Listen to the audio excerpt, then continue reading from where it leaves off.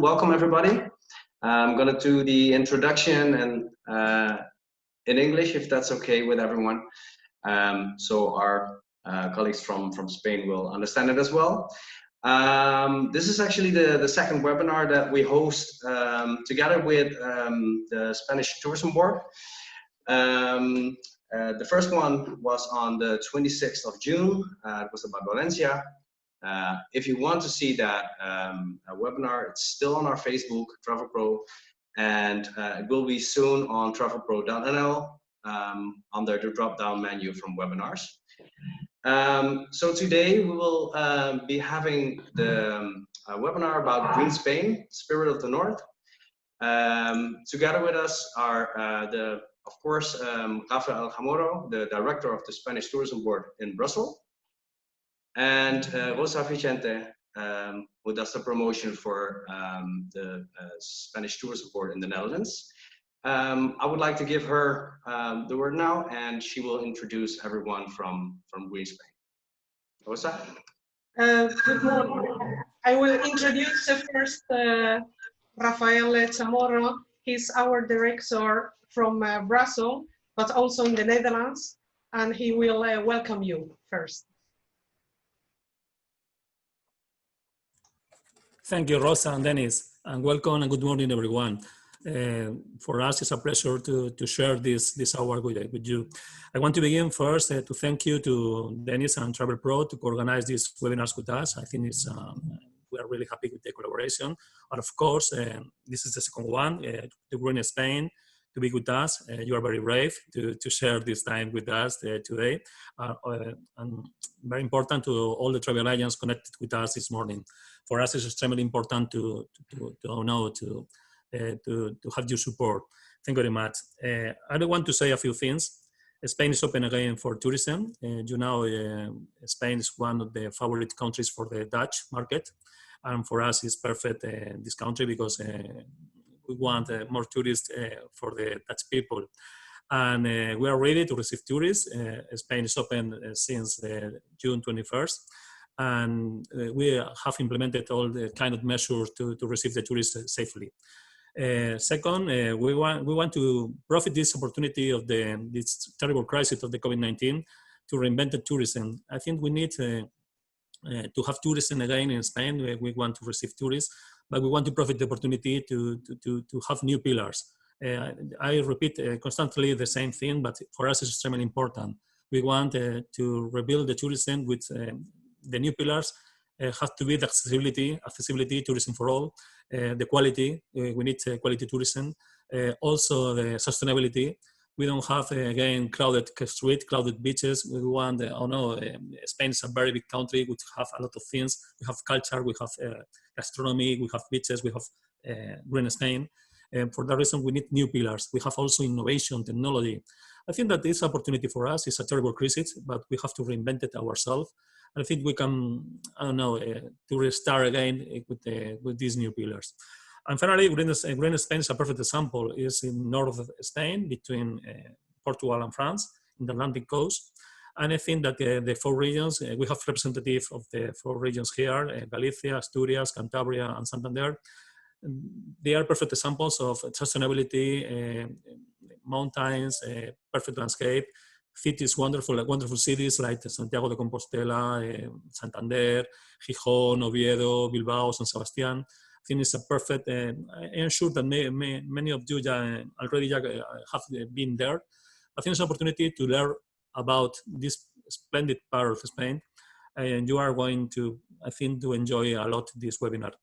And that's all. And let me introduce now again to Rosa. Please, Rosa, when you want. Thank you very much.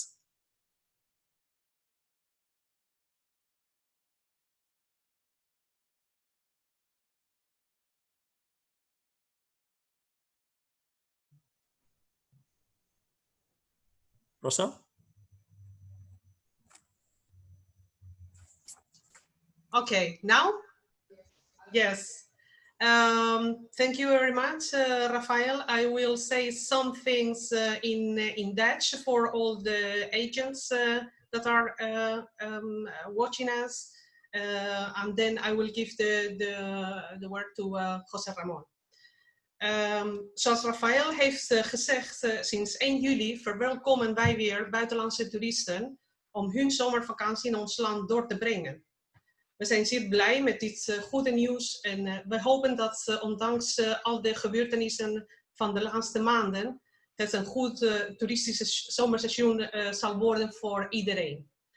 We hebben alle mogelijke maatregelen genomen om de veiligheid van onze bezoekers te garanderen. Onze regio's, al de bestemmingen, al de toeristische bedrijven hebben heel hard gewerkt om alles op tijd klaar te hebben.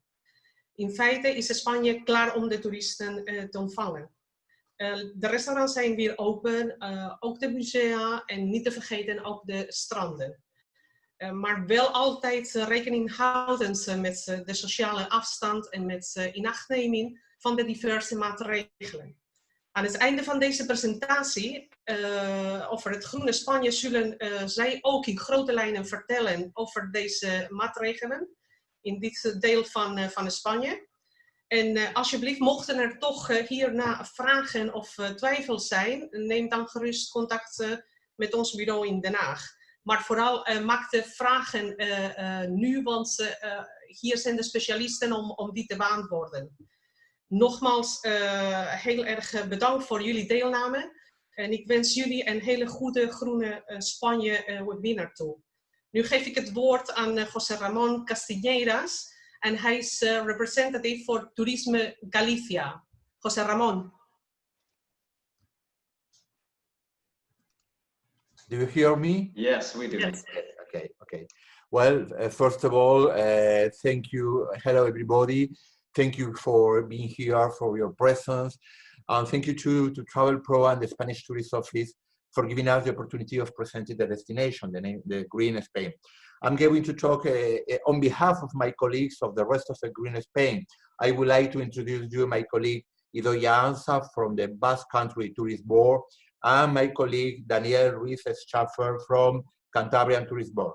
I apologize because the representative of Asturias cannot attend today, but we will be on behalf of her and we will give you any type of information you may need about Asturias. So we are going to start with the, may I share the screen now, Dennis? I want to start with the presentation. You can start, Jose. Okay, thank you. So if you, yeah, perfect. Okay. There we have, this is the Green Spain. It's made up for 4 communities: Basque Country, Cantabria, Asturias, and Galicia. We all are in the north of Spain. I have to warn you before starting the presentation. The north of Spain, Spain is a very rich country with culturally with a tourist variety that is very rich. For that reason, we would like to emphasize the difference between the north of Spain and the south of Spain. This south of Spain, magnificent, that we love, we admire so much. But we are another part, the north, with a very cultural heritage. Our landscape, gastronomy, lifestyle, we have very beautiful, very lush woods, green mountains. The gastronomy is one of the identity signs that is amazing. So the lifestyle, everything is very different. And we would like to set up in this condition just to receive the message because it's a very different experience inside Spain. So we have very good connections with, at the moment, with Bilbao, with Netherlands. Tomorrow we will start the direct flight Bilbao-Amsterdam, 1 flight connection per day. But in the month of August, we will have 2 connections per day with Amsterdam.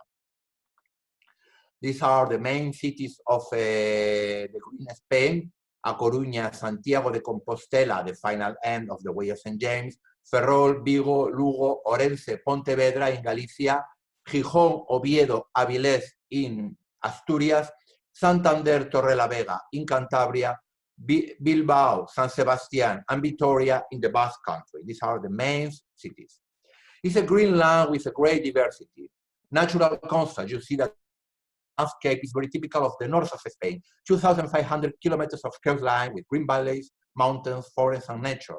We have summits that reach the height of 2,600 meters. So we have very high mountains you see, national parks, biosphere reserves.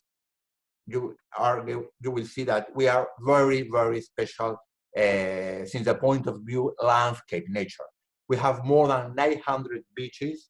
Some of them are wild beaches, like this one, for instance, in the CS Island in Galicia, in the estuary of Bilbao. So we have fantastic, or natural monuments like this one, San Juan de Gaztelugatxe in the Basque Country, very magical.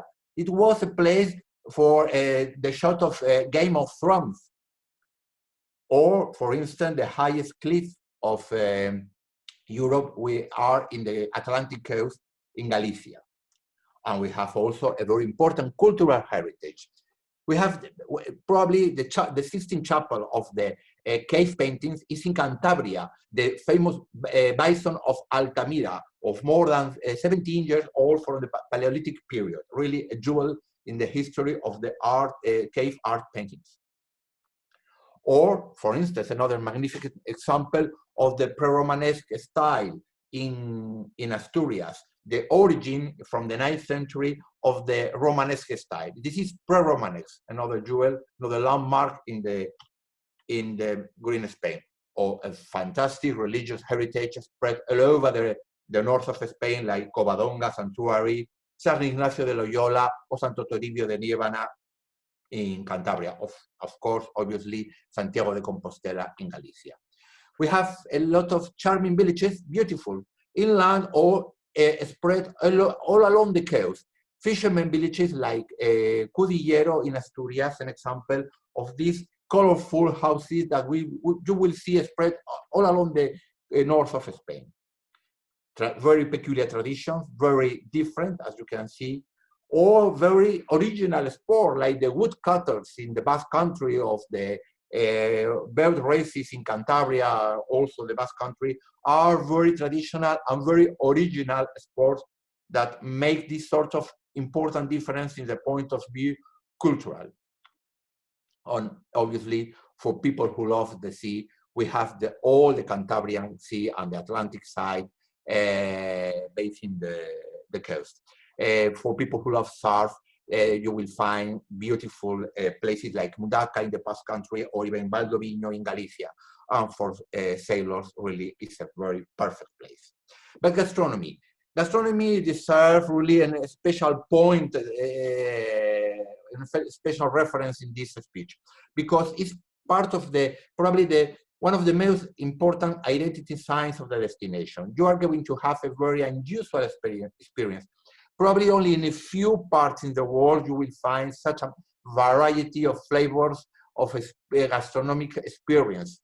Just to give you an idea, San Sebastian is, in the Basque Country, is the city in the world with the highest number of Michelin stars per square meters in the world. So that will give you an idea of the type of experience you are going to have in the whole region, in all the green Spain. Cheeses, seafood, fantastic anchovies from Cantabria, or the famous fabada in Asturias. Gastronomy really is an amazing experience. You can attend the daily markets. That really is another fantastic part of the gastronomic tourism offer in the green Spain. And obviously the wine. The wine is and all. It's a very important part of this experience. We have 13 denominations of origin from the Basque Country up to the Galicia. And you will find traditional wineries all over the region, the famous liquors, brandies of the liquors in Cantabria, or the cider culture, cider bars in Asturias. And we have three what we call cross products. One of the cross products is the Trans-Cantabrico experience. It's a trend that goes along the green Spain that will give for people who want to have or to live in a very special experience in train. Trans-Cantabrico is a perfect way to have a general view and a very impressive experience of the green Spain. But we are going to talk about a little about the Way of St. James, another cross product that goes along the green Spain, that is fantastic too. Next year will be Holy Year in Spain, in Santiago de Compostela, in the north of Spain. And the north of Spain that has been declared a World Heritage Site by the UNESCO is one of the most important ways of St. James. Really, it's a very special experience because you are going to cross along the coast, over the mountains. You will meet people in the most amazing places. This is the whole north of Spain, from the Basque Country up to Santiago. And you will see in the Basque Country beautiful places like this one in the coast close to Getaria, or the famous Flix in the Basque Country too. Castro Urdiales in Cantabria. Santo Toribio de Liébana, a very important stop in the way of St. James. In Santo Toribio de Liébana, another World Heritage Site, you will find the biggest fragment of the Cross of Christ preserved in the world. This is really well worth to make the tour to the Santo Toribio de Liébana, an important landmark in the way of St. James in the north of Spain. You will pass through beautiful places in Asturias. And this is a brief overview of the way of St. James, because everybody knows that it's a very spiritual experience, very special place for meet people. And we think that after this terrible pandemic, the way of St. James will be the perfect trip to recover this sort of spirituality or a different way of seeing the life, to end up in Santiago de Compostela, the final end of the way of St. James. But now we are going to talk about a very special product, the wine cellars and the stately homes in the green Spain. That experience will give you a very different view, but very real and very authentic about really what it is, the green Spain, the essence of the green Spain. We are going to start in the border with France, in the Basque Country, in the little town of Hondarribia.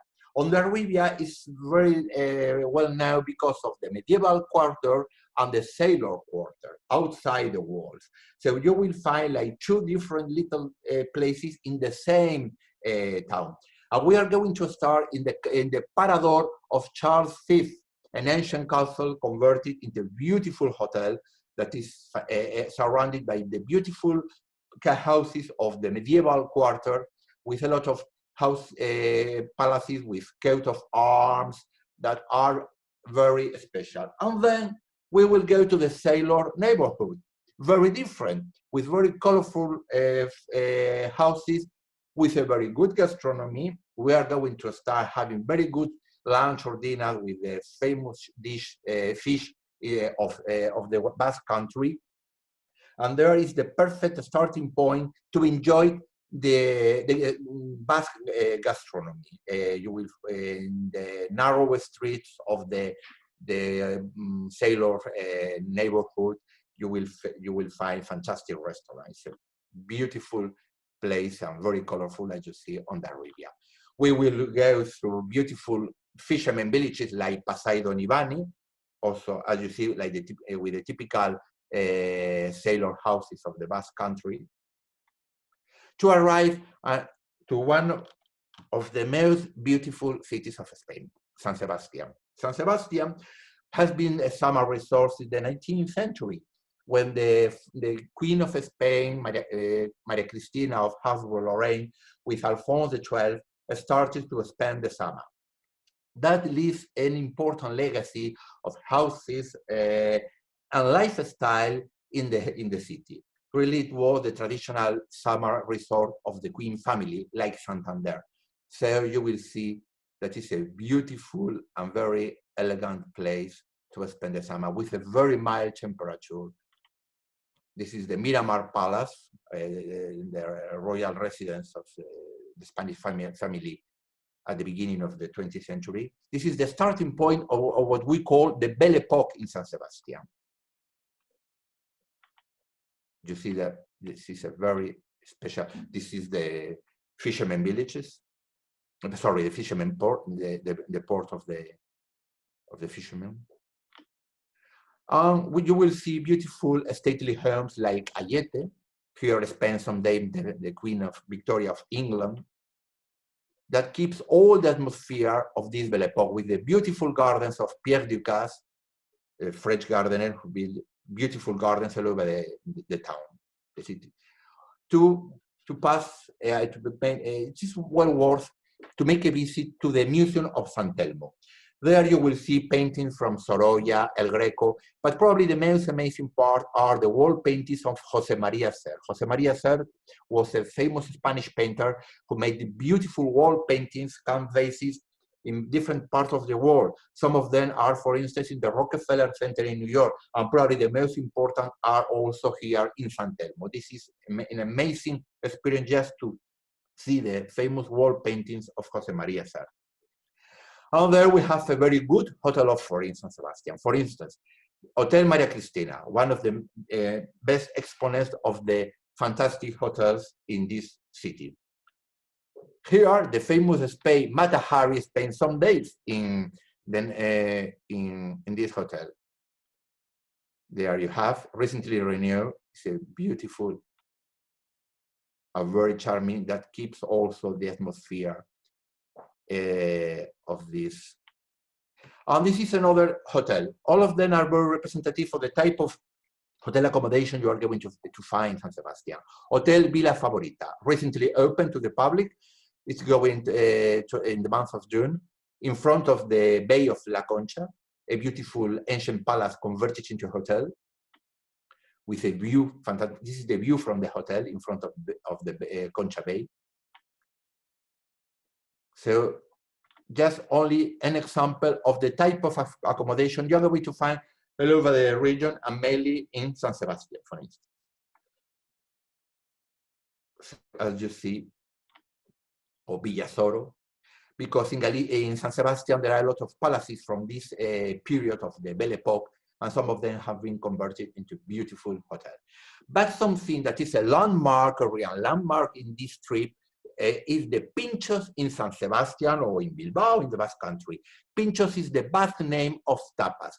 And really, if you want to enjoy the Basque gastronomy, you have at least one day, in the morning or in the afternoon, you have to take Pinchos in the old quarter.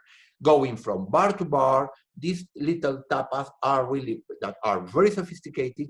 It's really an authentic experience and unique in the world. Only Pinchos are in the Basque Country. This is fantastic. There are some examples of the Basque gastronomy that probably is one of the best gastronomies in the world. And now we arrive in Getaria. After San Sebastian, we will go to Getaria. Getaria is the birthplace of two important people. Elcano, the famous sailor, the first seaman who sailed around the world in a journey of 3 years, and at the same time, the famous is the birthplace of the famous designer Balenciaga, one of the best designers of the 20th century in the world. It was in the competitor of Christian Dior and Coco Chanel. So this man has a museum, fantastic museum, in Getaria, because he was discovered by the grandmother of the former Queen of Belgium, Queen Fabiola. This is the wedding dress designed by Balenciaga from the Marquis of Casatorre, the grandmother of the Queen Fabiola. And there, if you want to make a stop, you can rest in beautiful hotels like this one, Hotel Iturregui, fantastic hotel, to spend one day or one night. But something important too, we are again the wine and the gastronomy. You have, we would say obligatory to have a lunch in Getaria. In the port, you will find fantastic restaurant where you will have the opportunity of tasting the chacoli. Chacoli is the typical wine of this part of the Basque Country, mainly in Getaria. In Getaria, you will find very good chacoli, slightly acidic, but delicious, that you will share that with the fantastic grilled red sea bream. Typical, in the port of Getaria, you will see fantastic restaurant where can have a very special gastronomic experience. Delicious, the Red Sea bream and the chocolate.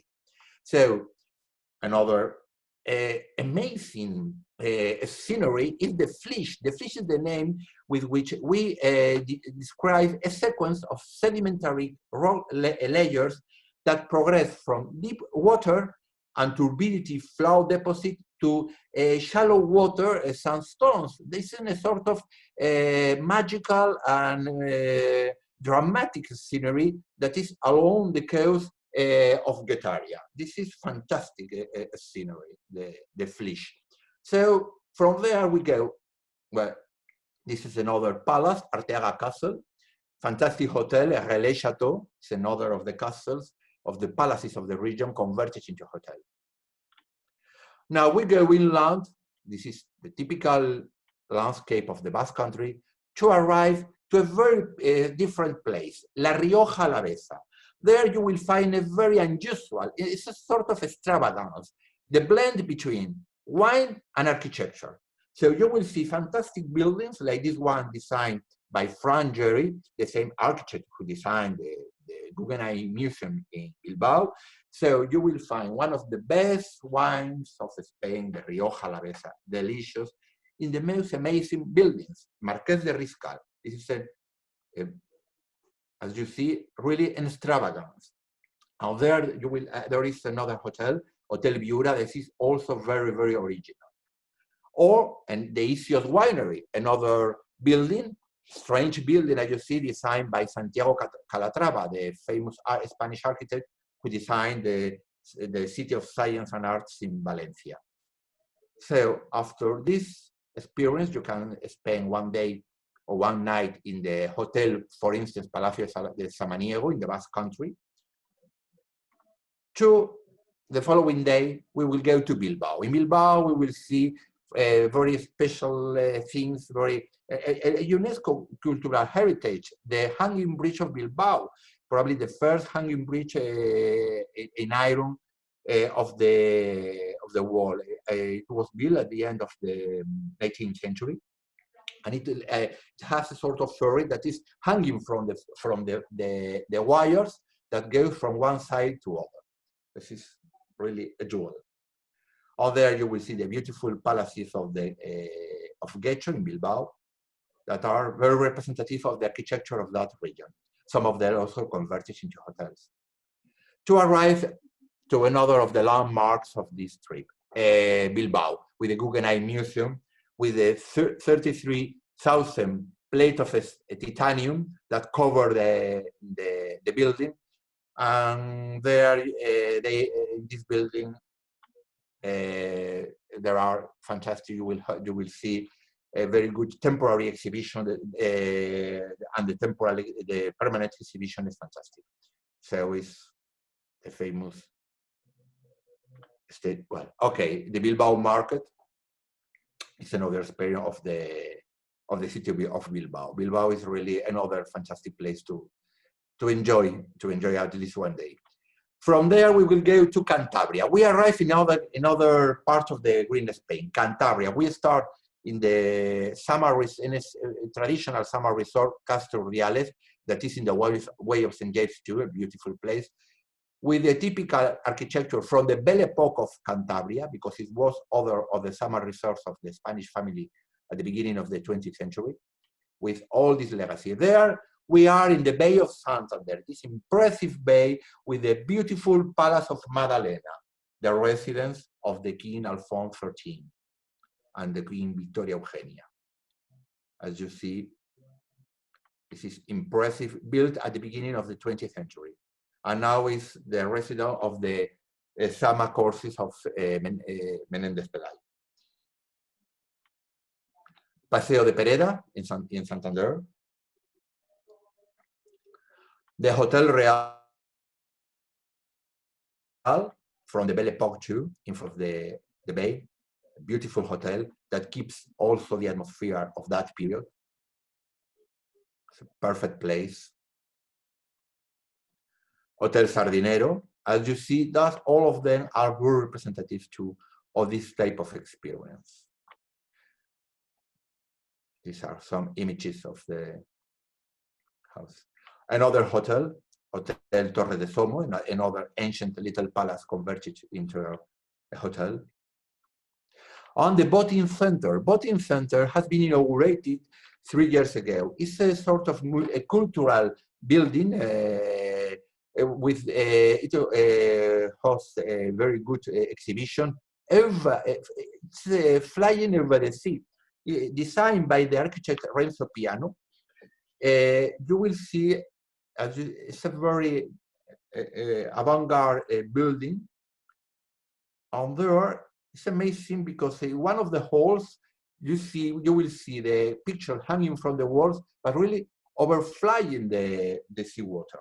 It's beautiful. They have a very important cultural program, exhibitions, music, art experiences. Really, it's a fantastic building, the boating center in Santander. Also, we have to make a stop in the Restaurant El Riojano to enjoy the Cantabrian gastronomy, famous because of the barrels with the paintings. Cantabrian cuisine is very varied.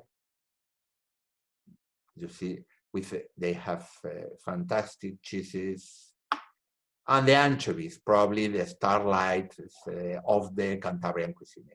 You can't go to Cantabria without tasting these famous anchovies of the Cantabrian cuisine. And liquor still, because the liquors is the typical drink of in the Cantabrian region. Herbs and eau de vie or mark of grape. There you have the liquor of Cantabria. Don't forget it, it's very important. And there you will find fantastic restaurants like Senador de Amos with Michelin stars. You see that, or another ancient palace, Hotel Palacio de Soñanes, converted into a beautiful hotel. So, but suddenly, in the middle of the Cantabrian landscape, you are going to have a very unusual experience. You will see a sort of African jungle in the middle of the Cantabrian landscape. It's fantastic because this is Cabárceno Natural Park. This is a magnificent example of environmental recovery because it was a former open cast iron mine converted into a sort of open air zoo with elephants, tigers, lions in a very wild and very natural spaces. It's not really, imagine, they are like in Africa, in their natural place of origin. Giraffe, really, this is a break in the middle of the trip, a fantastic break. It's another of the landmark of this trip. Close to there is Santiago Del Mar, one of the most beautiful villages of Spain, really is a jewel, Santiago Del Mar in Cantabria. It's a beautiful place, very ancient, very well preserved. And near Santiago, other of the important landmarks of this trip, the Bison of Altamira, probably the best, one of the best exponents of the cave art paintings in the world. This is, we call the Sistine Chapel, and this is amazing. 17 years old from the Paleolithic period. Also there is near to Altamira is Comillas. Comillas, it was another of the summer resorts of the royal family. And there it was very famous at the end of the 19th century because of the wave baths. The wave baths were very famous on the coast of Europe, mainly in the north of Spain or even in the south of France. It was doctors recommended people to, for health reasons, to have wave bath, and for that reason, Comillas was converted into a traditional summer resort with beautiful palaces like Sobrellano, stately home, or this sort of extravagance, El Capricho from the Spanish architect Antonio Gaudí. You see that, you will see very peculiar things in the green Spain. And obviously, if you have time, you have to go to a restaurant like Restaurant Lonja in the port to have this to take a good fish from the Cantabrian region. Perfect place to have a rest. Or to San Vicente de la Barquera, near to the border with Asturias, another fantastic place to have also, for instance, in this restaurant, a good oysters that are grown in the surrounding area. This is another gastronomical experience. But to end up our trip in Cantabria, you will see the cave of Elsoplaus, this sort of phantasmagorical and magic atmosphere created by the stalactites that are very also extravagant. And for that reason, the name are eccentric. It's the name we give to this type of stalactites because they seem to have a sort of blowout. It's like an explosion and it's unique. You will see this famous stalactites called eccentric only in the cave of Elsoplaus. Really, it's another important landmark in this trip. But then we arrive to Asturias. Asturias is another region very famous because of the culture of the Indianos. Indianos is the name we gave to the people who at the beginning of the 20th century, or the end of the 19th century, the end of the 19th century, went to America to make fortune. They were very poor immigrants.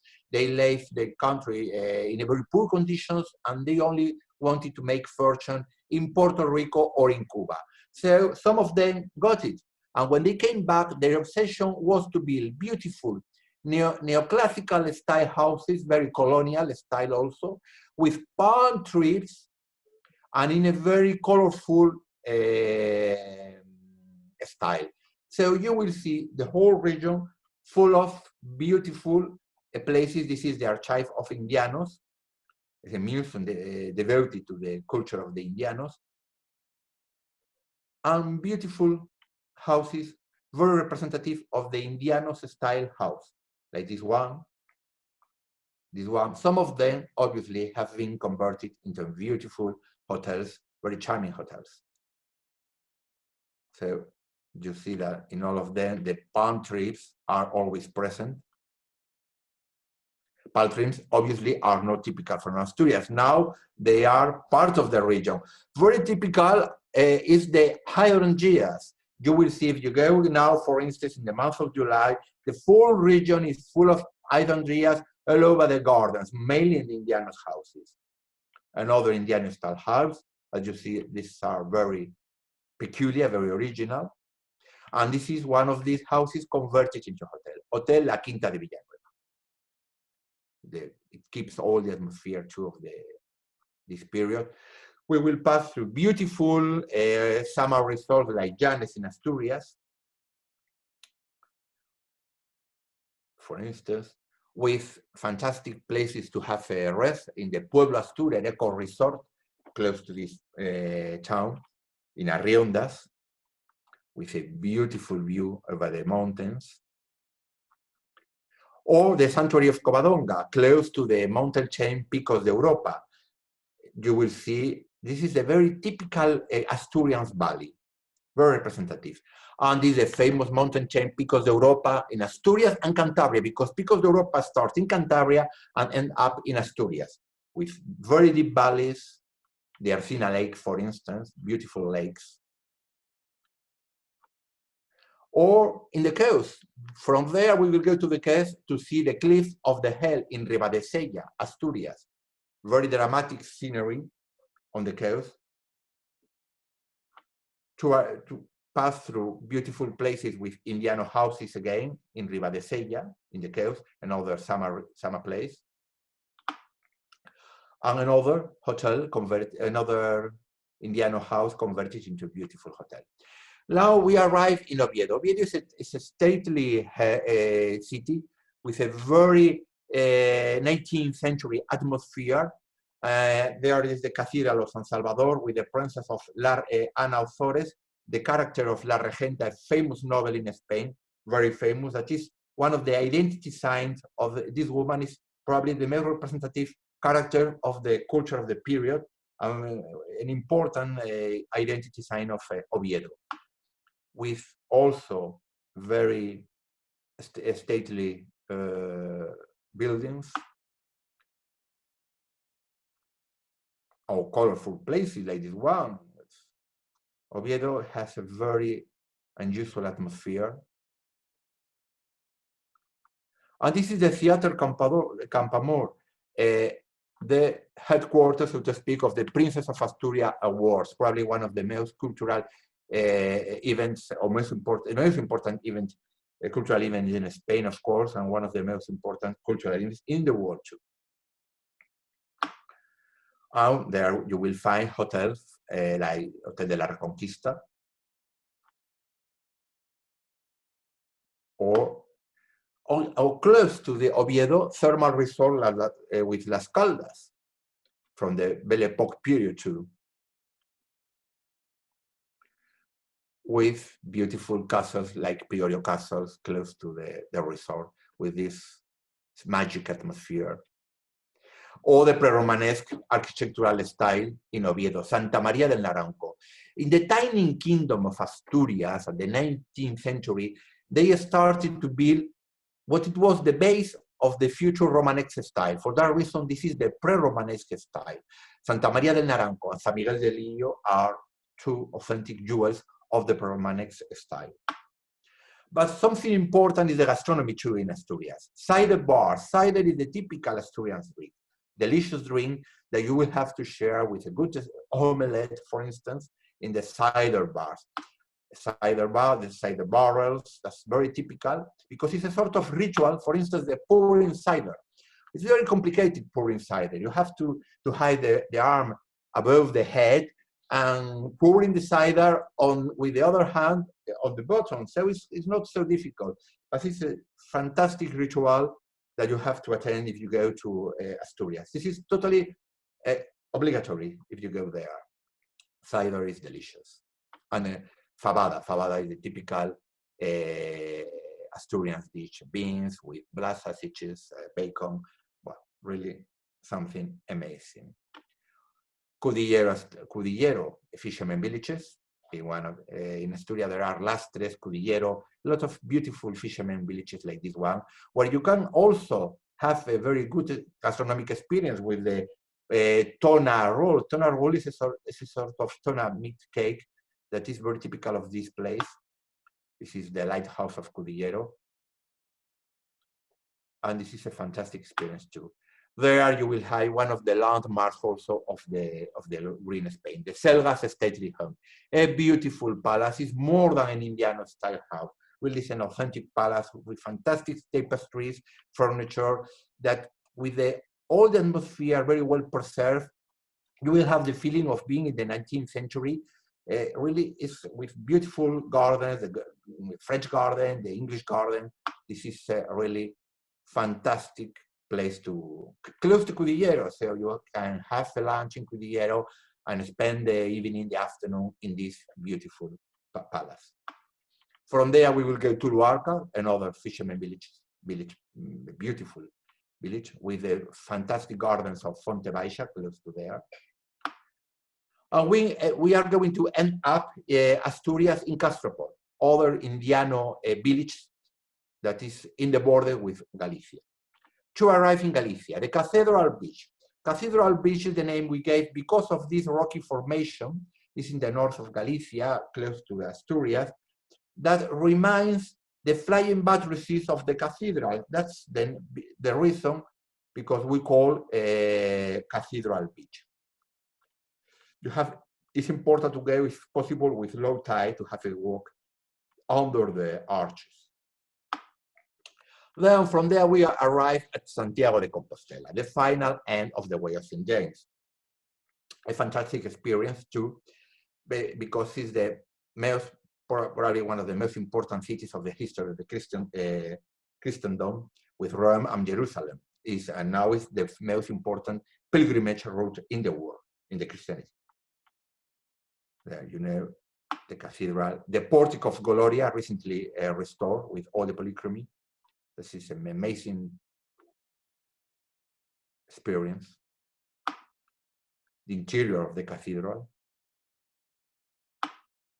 And this is a hotel, Hotel Reyes Católicos, close to the cathedral, an ancient hospital of pilgrims converted into a hotel. Probably is one of the oldest hotels in the world, because then it was hospital for pilgrims, and then it was also a sort of hostel for pilgrims. There you have, now it's a parador, the bedrooms of the hotel, and the Galician gastronomy. Galician gastronomy is another important part of the gastronomy in the whole region. Because of the seafood, seafood is one of the most, and octopus, seafood and octopus are very representative of the Galician gastronomy, and the empanada, the Galician pie, or the padron papers. Seafood is amazing. There are, if you love lobsters, clams, there really is a must-have is the restaurant. There you will see beautiful hotel like a Quinta d'Auga in Santiago de Compostela in Relais Chateau. That's very representative of the type of accommodation you are going to have in the whole region, in the whole green Spain, in Asturias, in Cantabria. You will see a lot of hotels like this one. And Santiago de Compostela. Well, we start with the route of the Camellia to end up the presentation. The route of the Camellia is a unique product in Europe, because in Galicia you will see more than 3,000 varieties of camellia. If you go, for instance, in the month of March, you will see really something unique in Europe. More than 3,000 varieties in the most beautiful gardens you can imagine. Close to there, you will see beautiful fishermen villages like this one, Redes, but you will continue with the route of the Camellia, visiting beautiful stately homes like this one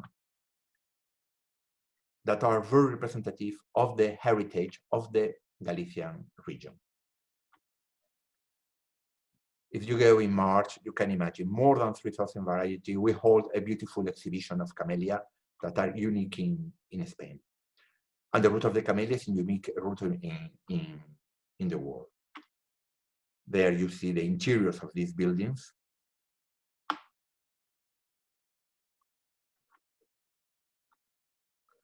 This magical promenade.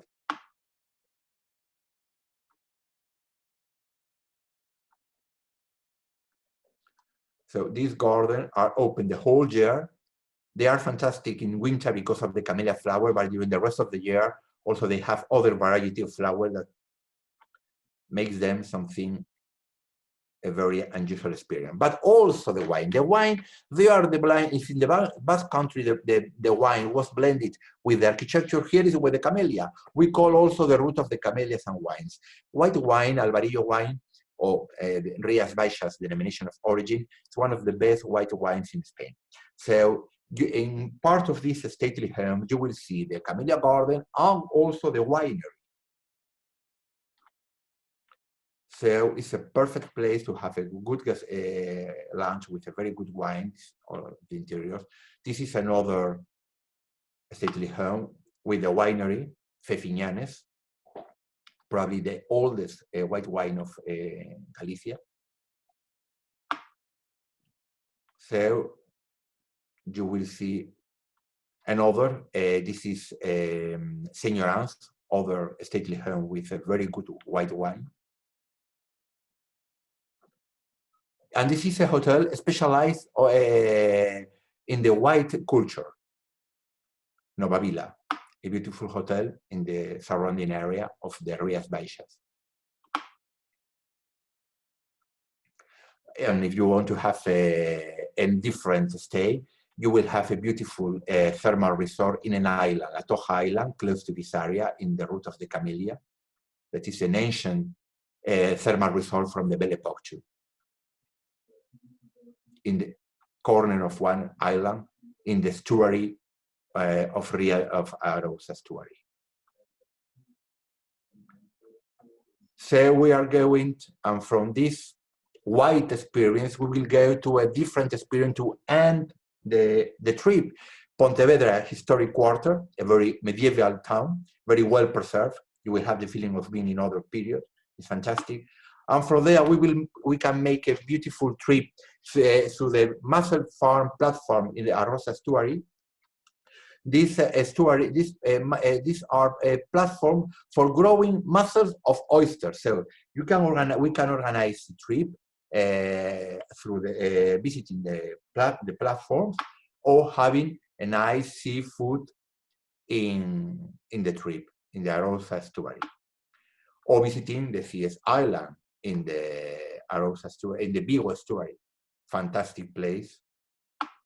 But to end the trip in the inland, in Parador de Santo Estevo, in another denomination of origin, Ribeira Sacra. Very good way. This is an ancient convent converted into a hotel, it's a Parador. And you will visit the vineyards of the Ribeira Sacra. We call heroic vineyards because of the terraces.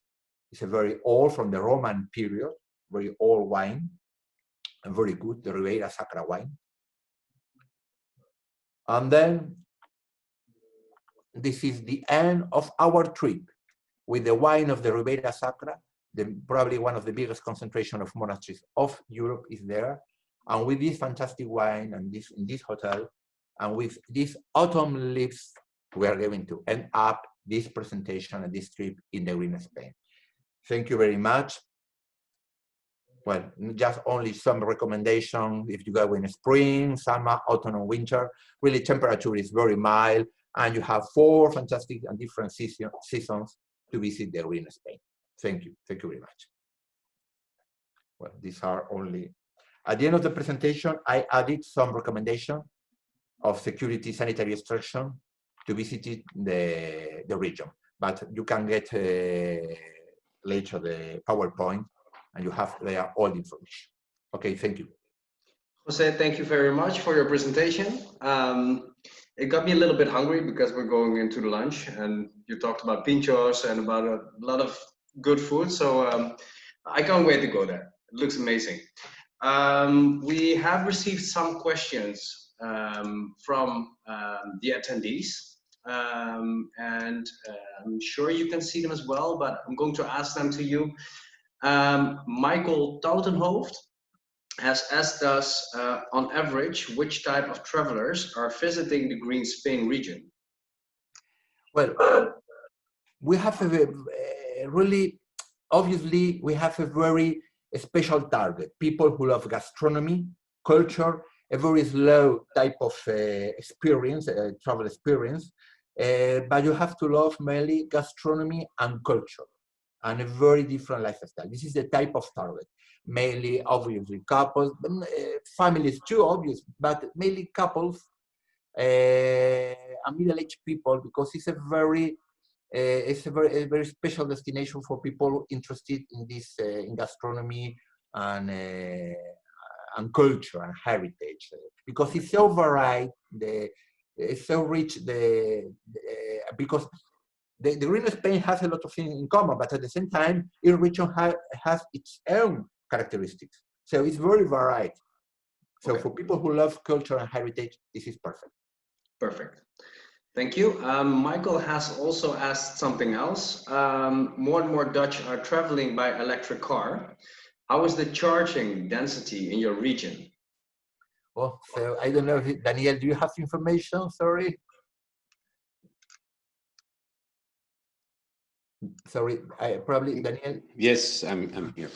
Well, the electric charging net is not that much spread in Spain, but you can perfectly travel along the northern Spain with an electric car with no problem, because there are not only some gas stations that do have fast chargers, but also you can use the net of the brand dealers that have electric vehicles like Nissan, Renault, that you can pre-contact them in order to be able to use their fast chargers.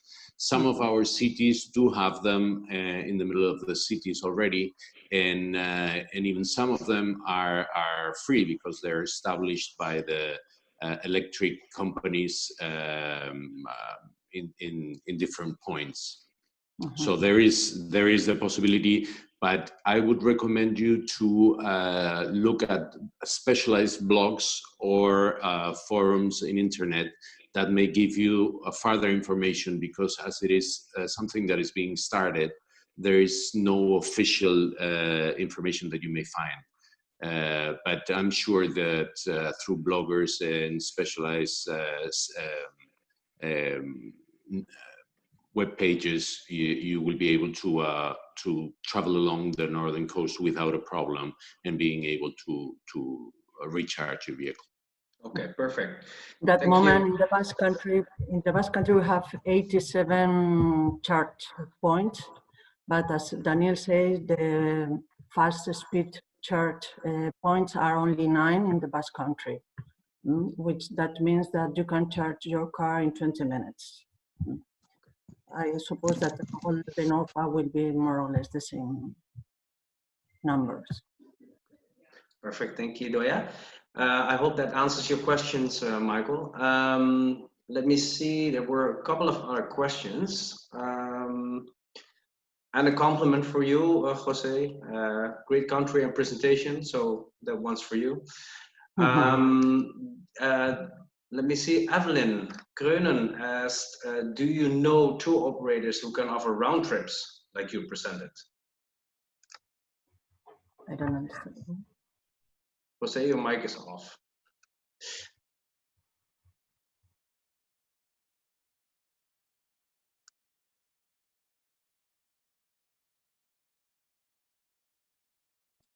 Okay, do Yes. you hear me? Yeah.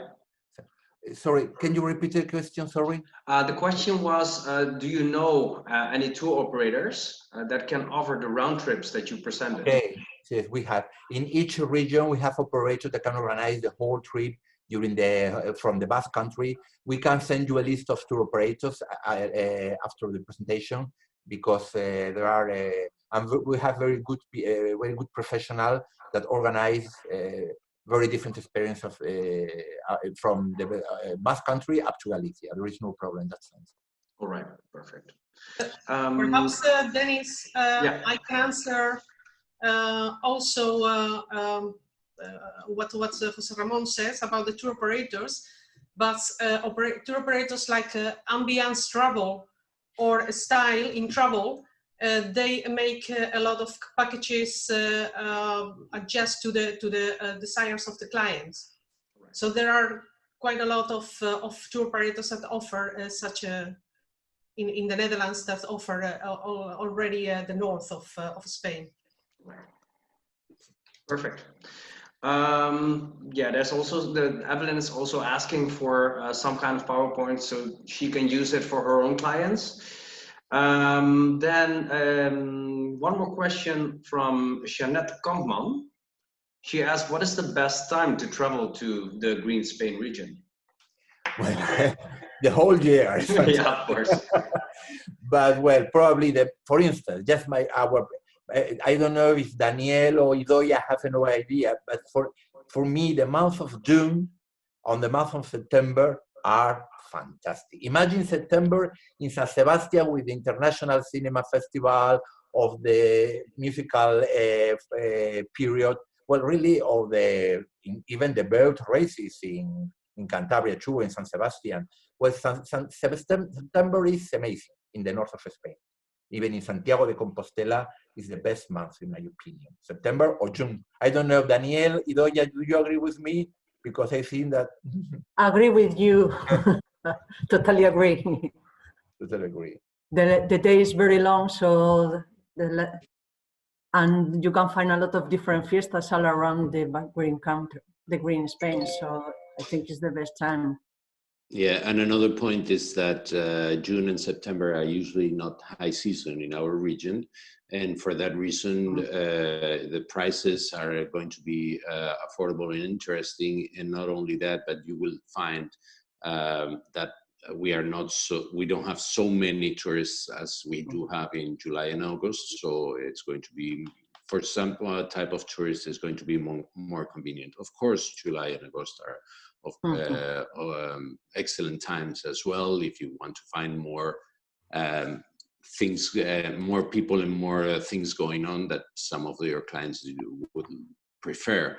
But as Idoia was saying, in June there is a lot of festivities all along the northern coast. And because of that, you will see the essence of the lifestyle of the north of Spain, because the residents are in that moment, so it's the best moment to capture this type of life and this identity. Okay. Thank you. We have a couple of more questions. We don't have that much of time anymore, but I still have to go to lunch, so I don't care. I will wait for the questions. There was a question from Anne de Valk. She asked, is Asturia and Calabria also good for cycling? Daniel. Yes. You will find a very different variety of offer in cycling, because as we do have the coast that would be a more flat type of cycling. Like, for example, there is a lot of people that do the Way of St. James cycling as well, and with mountain bikes, and that is quite interesting. As Jose Ramon explained, most of the path goes along the coast. Sometimes you even have to cross some of the beaches. So it's very close to the cliffs, very close to the coast, very flat and narrow. But our mountains are so close to the coast that you can actually see them when you're laying at the beach. Like in this picture that you see right here, this a pilgrim walking at the beach, and you can see the Picos de Europa with the snow on the back. So the mountains are quite interesting for mountain bike, and there is a lot of cyclotourists that come to our regions for this variety of offer that you can have if you are really into cycling. Dennis, your micro. Thank you very much, Daniel. I'm going to go to the last question. Lisa Sandvliet, she typed something in Spanish actually. Hola José, muchas gracias por su presentación.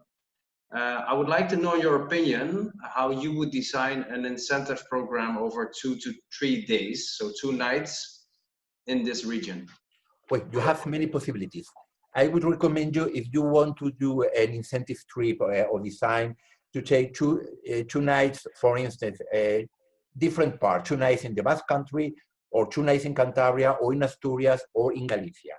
Because even we can design this experience for her. If she's interested, we can send her some proposal. But only if you're going to spend 2 nights, you have to choose one of the 4 communities. And there are many possibilities, using palaces, using wineries, very different type of settings. Well, the possibilities is amazing. And for incentive trips, it's a fantastic region. And we have a very good offer with a very good level. Okay. So you wouldn't recommend because if you have 2 nights, the region is too big. It's too big. No? 2 nights in each part, and even 2 nights in, for instance, Basque Country in Cantabria is very little because they have many possibilities. But with 2 nights in San Sebastian, for instance, or in Santander, you can organize very, very special things. Also in Galicia, but there are many possibilities. Okay, perfect. Although our roads are very good and we are very well connected all along the north, and all the highways are completely free, you need more time than 2 nights if you want to do the entire north. So it's going to be 2 nights 2020, 2 nights 2021, and then in that way you continue to be able to see the 4 regions, the entire. Well, not right now with a lot of flights not able to depart. I think people just have to go by car, go to the north of Spain and explore themselves, right? All right. Well, I would like to thank everyone for attending this webinar. It has been, I think, a very good presentation from Jose. Of course, don't forget that we have the next webinar about Andalusia on the 17th of July, Friday, 11 o'clock. So if you've been attending this webinar, please be sure to register for that one as well. Ramon, thank you very much for the presentation. Idoia, Daniel, Rosa, and Rafael, thank you very much for the explanation and for the presentation. And we see each other soon. Have a great day.